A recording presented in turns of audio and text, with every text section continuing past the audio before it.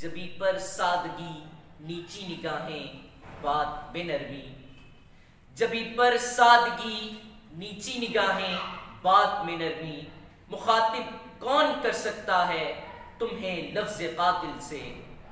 لائق تکریم سامعین اکرام، انسانی زندگی میں تعمیر شخصیت اور کردار سازی کو بنیادی اہمیت حاصل ہے۔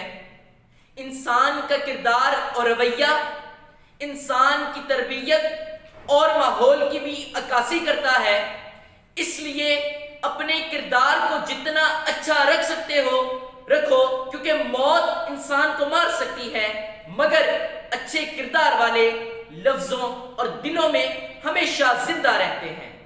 شاعر نے کیا خوب کہا ہے، نگے بلند سخن دل نواز جاں پرسوز، نگے بلند سخن دل نواز جاں پرسوز، یہی ہے رخت سفر میرے کارواں کے لیے۔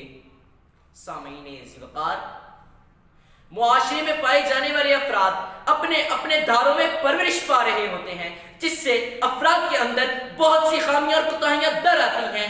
ایسے افراد کو کردار سازی کی ضرورت پیش آتی ہے۔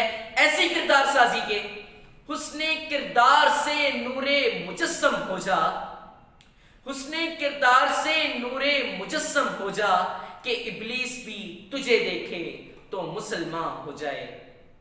ارباب علم و دانش، شخصیت و کردار کے خط و خال اور محرکات و عوامل وہ امور ہیں جس سے اوصاف حمیدہ اور اخلاقی کریمانہ کی وہ دولت حاصل ہوتی ہے جس سے انسانی شخصیت کو چار چاند لگ جاتے ہیں۔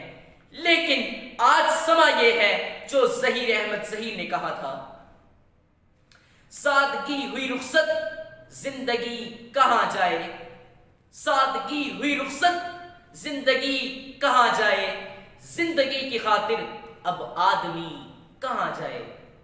سامعین ذی وقار، جس دور میں جینا مشکل ہو اس دور میں جینا لازم ہے کو سامنے رکھتے ہوئے میں بھی کہہ سکتا ہوں کہ الزام و تہمت لگانے والے بہت ہیں، الزام و تہمت لگانے والے بہت ہیں، میں بھی مطمئن ہوں کہ خدا سب دیکھ رہا ہے۔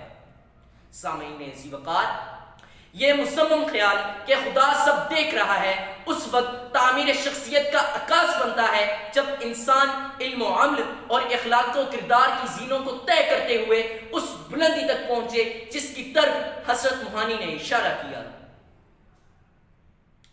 جبی پر سادگی نیچی نگاہیں بات میں نرمی، مخاطب کون کر سکتا ہے تمہیں لفظ قاتل سے، مخاطب کون کر سکتا ہے تمہیں لفظ قاتل سے۔